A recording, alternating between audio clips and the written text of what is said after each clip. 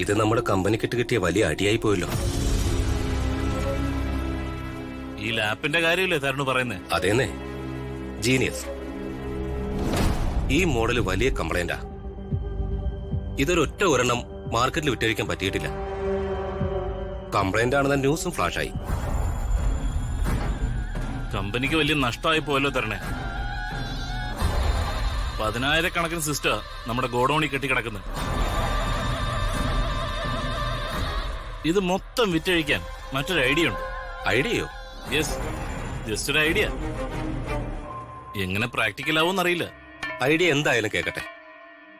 പ്രാക്ടിക്കലാക്കാൻ പറ്റുമെന്ന് നമുക്ക് ആലോചിക്കാലോ.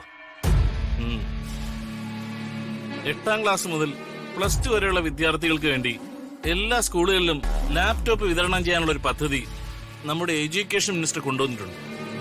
Education minister? അത് നമ്മുടെ പ്രതാപവർമ്മ സാറല്ലേ, ജയന്റെ അളിയന്റെ ഫാദറിൻലോ? അതിന് നമ്മുടെ ജീനിയസ് നമ്മൾ മന്ത്രിയുടെ പദ്ധതിയിലേക്ക് കടത്തിവിട്ടാൽ നമ്മൾ രക്ഷപ്പെട്ടു. മൊത്തം ചെലവാകും.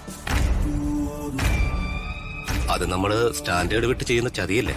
പിന്നെ ഗവൺമെന്റ് ലെവലിൽ എന്തൊക്കെ ചതിയും വഞ്ചനയും നടക്കുന്നു. അത് ശരിയാ, ഐഡിയ ഒക്കെ കൊള്ളാം. പക്ഷേ മിനിസ്റ്റർ, വിദ്യാഭ്യാസ മന്ത്രി ഒരു പ്രതാപ് വർമ്മയല്ലേ? അതെ. അങ്ങോട്ടേക്ക് കടക്കാൻ എന്ത് വഴിയെന്നാണ് നമ്മൾ ആലോചിക്കേണ്ടത്. എന്തേലും ഒന്ന് പ്ലാൻ ചെയ്യണം. ഒരു വഴിയുണ്ട് സാറേ. എന്തു വഴി? ഞങ്ങളിവിടെ പറയുന്നതെല്ലാം തെവിളിയെന്ന് കേട്ടോ? കേട്ടു. അതുകൊണ്ടല്ലേ വഴിയുണ്ടെന്ന് പറഞ്ഞത്. എന്നാ താൻ കാര്യം പറയും. നിങ്ങൾ പറയുന്നത് കേട്ടിട്ട് ഈ കമ്പ്യൂട്ടറുകൾ ബിസിനസ് ആക്കി തരാൻ എനിക്ക് കഴിയും തോന്നുന്നു. താൻ കാര്യം ഡീറ്റെയിൽ ആയിട്ട് പറയണോ? അതായത് എന്റെ ഒരു ഇന്റിമേറ്റ് ഫ്രണ്ട് പ്രതാപവർമ്മ സാറിന്റെ മകളുടെ ഭർത്താവിന്റെ അളിയനാ.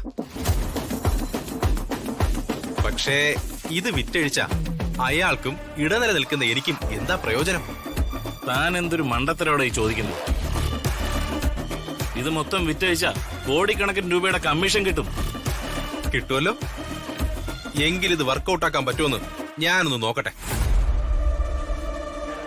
വർക്കൗട്ട് ആവും, ഞാൻ ഉറപ്പ് വരുന്നു. ദാ സാറേ, കുടിക്കും.